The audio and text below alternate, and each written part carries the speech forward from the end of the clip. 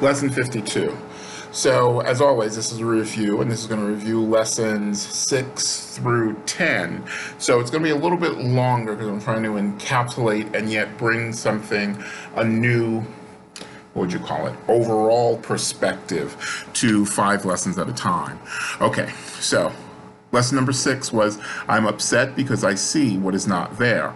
Lesson number 7 was, I see only the past. Lesson number 8 is, my mind is preoccupied with past thoughts. Lesson number 9 is, I see nothing as it is now. And lesson number 10 is, my thoughts do not mean anything.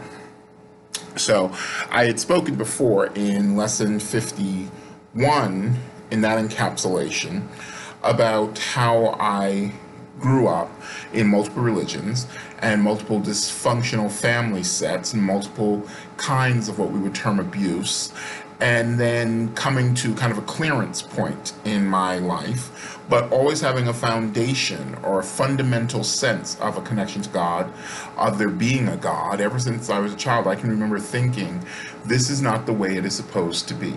That was one of my first, I would say, big thoughts, and I was like 3 or 4 years old. I thought the world is incorrect. The world is incorrect in the sense of the way that it is acting, the way it is organized, the way it is thinking of itself, the way the people are moving and interacting. This is not the way the world is supposed to be. And it was such a thunderous thought in a very quiet way. It was just pure, it was just clean, it was just, this is not the way the world is supposed to be. I was like, oh, okay. So that, to some degree, I would say even before the course, as a child, it helped me establish a level of detachment to even what was occurring to me. I was like, oh, this is not the way it's supposed to be. Oh no, this is incorrect.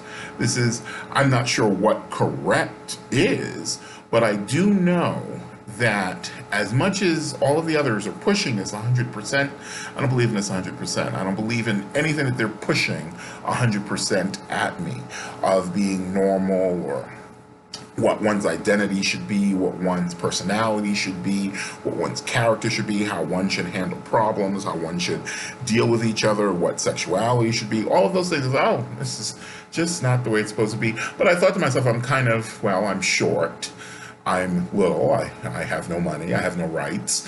In an adult way, in a world that prescribes all those things or allows an adult to establish all those things. So I got to be patient. I've got to be patient and cunning and clever and invisible when need be, to get through this, to get to the next point, to survive this in some ways. Okay, so then I have that, and then my next big thought was maybe 7 or 8 years old. I've held this thought, I am sovereign unto myself, that it's never occurred to me. Sometimes I participate in things. I've played sports and different kinds of things. I belong to organizations. I've worked for companies. I've gone to different schools and stuff like that. But I'm always Kyle. I'm always Kyle Incorporated. I'm always Kyle first. I'm never one of those people that you'll see on the news who got swept up in the crowd or in the cult or in the, no, I'm just not one of those people. I'm like, okay, excuse me. And, I step aside or I walk away or, if it's reasonably safe enough, I raise my hand and I question what the group is considering or doing or how they're thinking or the classroom. I've just always felt and been sovereign unto myself. I will not kneel. In that, I mean that as I still do, watch a lot of documentaries and stuff and biographies and stuff, and so you learn about the world and royalty especially, and when you meet royalty or you meet the Pope, you kneel and you kiss that will never happen. I will not meet royalty then. I will never meet the Pope then. I do not kneel. I do not kneel because I know that I am 1% of infinity and you are 1% of infinity.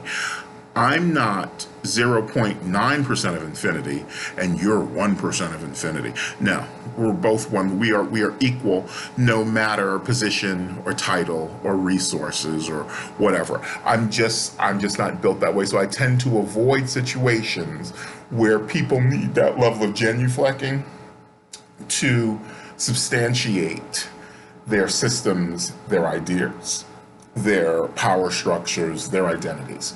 So what I can say that is encapsulated within, and I kind of blame the course for this too, because it really gave me some foundational spiritual and mental training for who and what I am, and supporting how I thought of myself. I was like, oh, well, yeah, because, and the course kind of fits this.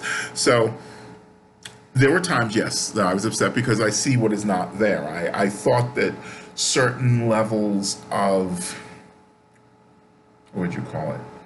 I wouldn't say I had the disease to please, but I had the disease to be pleasing, to be a lot of what the dysfunction in my early years ingrained into me on top of some of my foundational stuff was to be pleasing to others, to be helpful, to be thoughtful, to be pre-helpful, pre-thoughtful.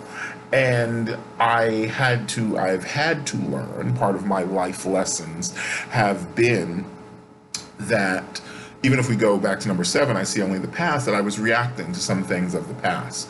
There was about 10 years ago, I actually, and this sounds, maybe I'll go deeper and deeper as I talk about the lessons, or I go deeper and deeper into further lessons. I had trusted a family member around an apartment, around subletting an apartment, and it didn't work out. Every instinct in me screamed, do not trust this family member. And friends and family members encouraged me to trust this situation. And part of that, part of the issue, part of the response was a disease to be pleased. And I thought, well, maybe I've been a little standoffish with my family. Maybe I've kept them at arm's length, or majority of them at arm's length, so maybe this is a way that I can help. And I had helped one cousin who did really, really well get a job as a teacher, and progress on his way through his education. He worked out very excellently with that. And so I was like on a roll, and I thought, well, maybe, and it turned out, and that's why I kind of turned down the volume of my own instinct of not dealing with this cousin, not dealing with the situation. Of course, it completely blew up. I was able to extricate myself in a really short period of time because I was willing to detach from the emotions of it and get out of it in 3 months. So a friend helped me out, and I was, apartment hunting, and I was hurt. And then this friend, crashing on her couch, all my stuff in storage, trying to figure out what to do, her mother suddenly dies. And we had been in contact. They lived across the courtyard from each other, so I saw her mother every day, and we worked at the same job. And there'd been a day where everybody's heading out in the morning, and her mother was sitting there, and I couldn't see her mother. There was this huge gray haze around her mother. And I thought to myself, God, I've got to get new contact lenses. What is it? There's just this gray haze around her. And then she had a heart attack a couple of days later. Heart attack, stroke thing. And so she went into a hospital rehab thing. And I was like, okay, all right, that's what the gray haze was. Okay. So then now I'm working down the block and from the friend, and it was Thanksgiving. And I said to the friend, you've been diligently attending to your mother. So maybe you should come to this Thanksgiving thing. There's this huge thing. They've rented out this huge place. Don't worry, I got an invitation for you. I had a nice seated table. It's going to be just scads of food and stuff like that. And she was like, oh, I don't know. I don't, maybe I should. And there was this moment, and for the rest of my life, I will remember there was this moment where I saw the seesaw of I could have just pushed a little bit more. Oh, come on, I'll come meet you and walk down there. And she would have come with me. And I felt a feather whisper on the seesaw. And I was like, you know something? You're right. Go to the hospital. So she goes to the hospital. And as they're packing her mother's stuff for her mother to leave, her mother drops to the floor in the bathroom and has another heart attack and stroke and dies in my friend's arms. And a few hours later, I'm helping clean up from this huge party thing. The phone rings, and I knew instantly that her mother had died. And of course, she's on the phone and she's completely upset and everything like that. And I'll go deeper into other spiritual lessons that occurred within this thing, but I will say that for this, my thought, my prayer in that moment was, let me see this clearly, let me be present, let me stop being preoccupied with past thoughts, and let me find and be in the lesson in here for when my mother dies. The time is not linear. Time is not step A to step B. Let me stop being preoccupied with my own past thoughts about death. Let me understand that I see nothing as it is now. Now is just a concept. My thoughts do not mean anything. I have no private thoughts, yet it is only private thoughts of which I am aware. What can these thoughts mean? They do not exist, and so they mean nothing. Yet my mind is part of creation and part of its creation. Would I not rather join the thinking of the universe than to obscure all that is really mine with my pitiful and meaningless, quote-unquote, private thoughts? And my private thought was, oh, shoot, this is how it happens. That was and I thought, wait, I'm now at a place where I thought, oh, God, how am I on her couch, in my 20s and, entering to 30, and this is all messed up, and, my cousin has screwed me this way and stuff like that. And then I thought, oh, this is all not how I see it, but how it is supposed to be.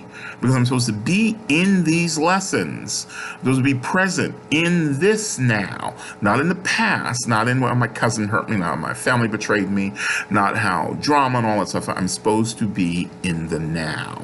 And a different kind of now than maybe I appreciated before. I appreciated a now where I thought I was in control of the now, where I thought I knew how long the now should last, what I thought was important in the now, what I should be focused on. And this is an entirely different now. This is a now that says, no, I'm not even in a movie theater. I'm a movie, but I'm maybe a drive-in. Go stand outside, because that's where the now is playing. So, as always, this is Kyle Phoenix. It's Kyle Phoenix Show, focusing on A Course in Miracles.